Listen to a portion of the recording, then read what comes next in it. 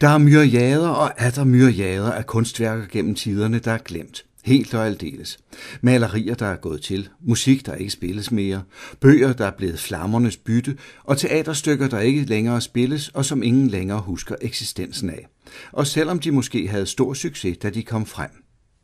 Sådan et stykke er Pigernes Jens, der havde premiere i 1888, og som i de følgende år blev spillet i hundredvis af gange, og endda eksporteret til Norge og Sverige. Men lad os lige give stykket, eller rettere omstændighederne omkring dets tilblivelse, 5 minutters genopstandelse. 1888 var i mange år et årstal, som stod printet ind i mange københavners hukommelse. Det var jo udstillingsåret. Udstillingen, altså den nordiske industri-, landbrugs- og kunstudstilling i København 1888, som endegyldigt skulle trække Danmark i almindelighed og København i særdeleshed op af hængedønnet efter 1864. En af de travle under udstillingen var journalist og komponisten Charles Kjerulf, som han selv skriver med en dejlig talemåde, der vist desværre er gået af mode. Jeg skulle være både her og der og strålemester til lige. Han havde altså travlt. Men som det har været for mange journalister før og efter ham, var der lavvande i kassen, så noget måtte der gøres. Kjerulf havde lige været genindkaldt som soldat, og han fik den tanke, at han kunne bruge stoffet fra militæret til en lille farce i 1 eller 2 akter. Han ville straks gå til direktøren for Casinoteatret, Carl Nielsen, og så håbe på, at han kunne få et lille forskud. På vej hen til teatret mødte han på Kongens Nytorv en anden journalist og forfatter, Peter Nansen, som viste sig at være i samme pekuniære knibe. Kjerulf fortalte Nansen om sin soldaterfarseplan, og hurtigt var Nansen med på ideen. Han havde også lige været indkaldt. Og de to havde tidligere arbejdet sammen på et stykke dramatik, Per Kongebrev, så i fællesskab begav de sig den korte vej hen til Casinoteatret og fremlagde deres idé. Direktøren var henrygt, og de to forfattere begav sig derfra med et pænt antagelseshonorar. Så vidt, så godt. I deres kontrakt havde de forpligtet sig til at aflevere et færdigt manuskript inden den 1. september, og det var der jo længe til. Indtil de engang i midten af august fik mere og mere nagende dårlig samvittighed og indså, at nu måtte de råbe neglene for at nå at blive færdig.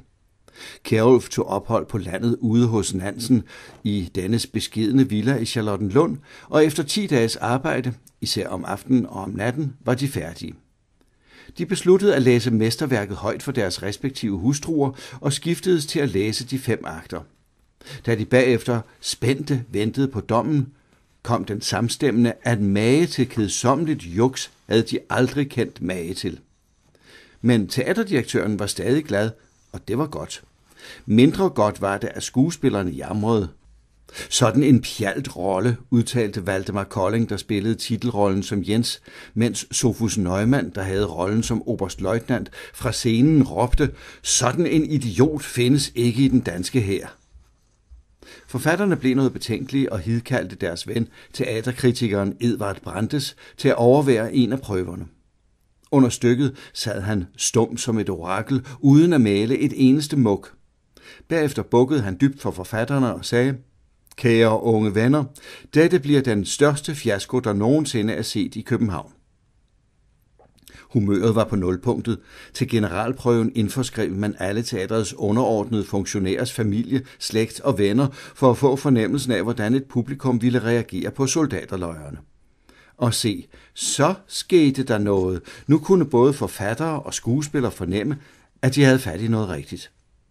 Og ved selve premieren den 30. september råbte og skreg publikum af begejstring og trampede og masede så meget oppe på balkongen, at man frygtede det gamle træværk ville give efter og ramle sammen. Pigernes Jens gik 100 gange i træk den første sæson, og senere mange gange overalt i Danmark og det øvrige Skandinavien. Sidste gang på Casinoteatret i 1931. Og Charles Kjerulf og Peter Nansen kunne i en årrække konstatere, at indtægterne fra deres lille soldaterfarce ligefrem var gået hen og var blevet en lille livrente for dem begge.